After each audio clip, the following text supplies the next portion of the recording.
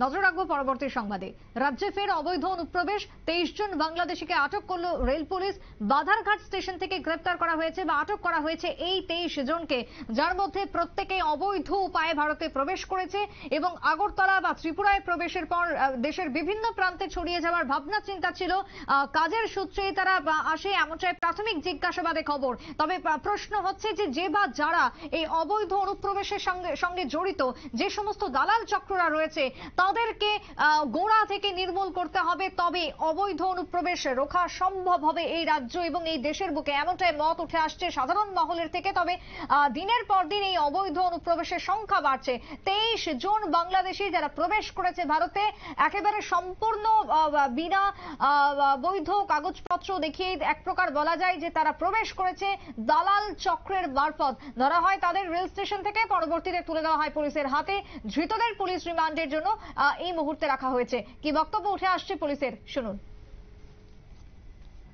আমরা গতকালকে বিকালবেলা প্রায় 2টার দিকে একটা খবর আসে যে একটা হিউজ কোয়ান্টিটি বাংলাদেশি ন্যাশনাল আমাদের আগরতলা রেল স্টেশন হয়ে দূরপাল্লা ট্রেনে যাবে। তো সেই সুবাদে আমরা আরপিএফ এবং আমাদের যে বিএসএফ এরও গোয়েন্দা শাখা আছে এবং আমাদের যে আরও সিস্টার এজেন্সি আছে, আমরা ব্যাপারটা নিজেরা শেয়ার করে নিলাম এবং শেয়ার করার পরে আমরা সবাই যেখানে এন্ট্রি পয়েন্ট আছে আমাদের আগরতলা রেল স্টেশনে, ওইখানে আমরা সবাই প্রত্যেকটা উইং মানে জিআরপি, আরপিএফ, বিএসএফ, পাশাপাশি আমাদের যে সিস্টার এজেন্সিগুলো আছে, সবাই আমরা অ্যাম্বুশে বসি। তো তারপর আমরা দেখলাম যে অনেক লোক আসছে। তো যার মধ্যে আমরা প্রথম 10 জনকে আমরা আইডেন্টিফাই করেছি, মতলব দেখতেই বোঝা যাচ্ছে যে বাংলাদেশি ন্যাশনালের মতো।